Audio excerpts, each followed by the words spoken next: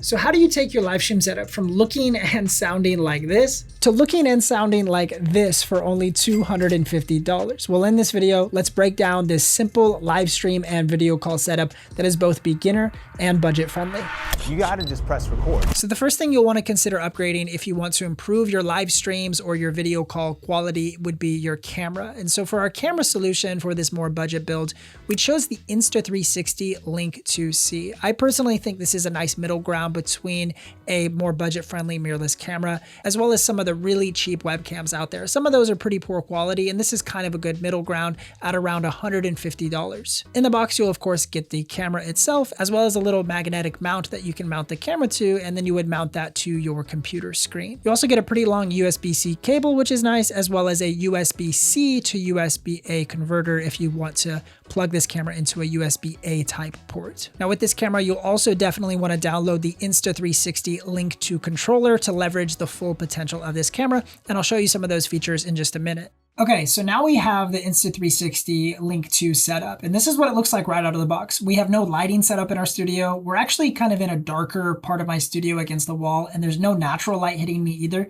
So this is kind of like the worst case scenario that you'd be in. It's more of a low light condition, but honestly, the image quality looks a whole lot better than my MacBook Pro looks. So I'm recording this also on my MacBook Pro's webcam, and the difference in quality is actually pretty substantial. I'm surprised how bad the MacBook Pro's webcam looks in this exact same scenario. But we can make the shot sound and look way better by just adding in a couple of really budget-friendly pieces of equipment. Now, in terms of improving your audio quality for live streaming, one of the best solutions that I've found recently is this microphone right here. I'll switch over to that mic now. This is the Fifine AM8. This microphone had a ton of positive reviews on Amazon, so I was really curious to try it out, and I actually found the kit on sale for $47, and it even comes with a mounting arm to mount the mic to your desk for that $47. The AM8 has the ability to use a USB-C output or an XLR output, so this is really helpful because for this setup, I wanted to use the USB-C option for just ease of use. You can just plug this directly into your computer and begin running a live stream or hopping on a video call with this microphone. But the addition of that XLR port is great for people who want to plug this into some sort of XLR interface like a Rodecaster or even a more budget-friendly audio solution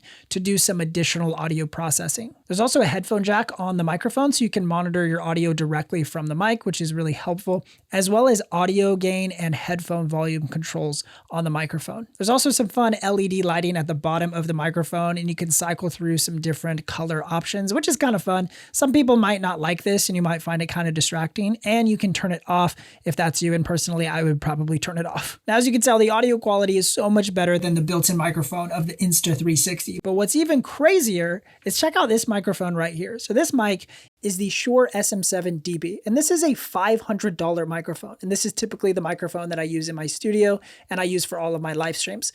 When you compare a $500 microphone to this $50 Fifine AM8, I am shocked at how similar they sound in terms of audio performance. If you really listen closely, I think you can start to notice some differences between their price points, but honestly, for $50, I'm shocked at how well the Fifine works. Now, in order to make our shot look even better, we've got to add some lighting into our scene so that we can maximize the potential out of this tiny little camera. So what I'll do right now is turn on this key light over here.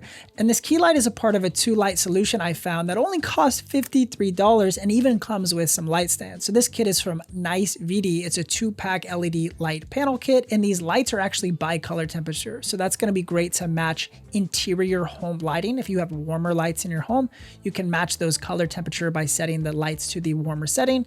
And then if you're trying to match more like daylight color temperature, you can set it to one of the cooler settings. The light stands that these lights come with aren't the greatest light stands in the world, but it's nice that it does come with them, so it saves you money and you don't have to purchase light stands or any sort of desk mount stands. You can just use the light stands that come with these lights. They also include these weird like phone holders that you could technically mount to the light stands if you wanted to mount your phone to them or something. So I have no use for them here, but it's interesting that they do come with these. So these lights are controlled by these tiny little remotes on the light, and you can cycle through different color temperatures or intensities. So I have my fill light set up to this side, and I'll turn it all the way up to kind of match the intensity. I put it a little bit further away so that it wouldn't be as bright because it's a fill light, right? There's supposed to be a little bit of different intensities. And then I'll cycle through, like there's a cooler temperature, there's a warmer temperature, and there's that daylight temperature. Now it matches my key light side. But typically with our fill light, we'll just turn that down a little bit to add a little bit more texture to our face. So if I turn this light off, you can see what the fill light is doing. Turn it back on. It just fills in those shadows a little bit and helps complement what my key light is doing on the other side. Now the Link 2C camera also comes with the Insta360 Link controller app where you can adjust different aspects of your camera, which is really cool. And I dived into the software right here so you can check it out.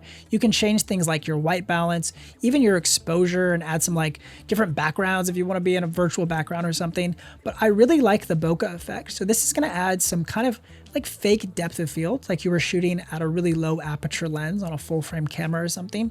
Now, even though I can see the camera right here has f1.8 on it, this means it can shoot at a 1.8 aperture value, which actually lets in quite a bit of light.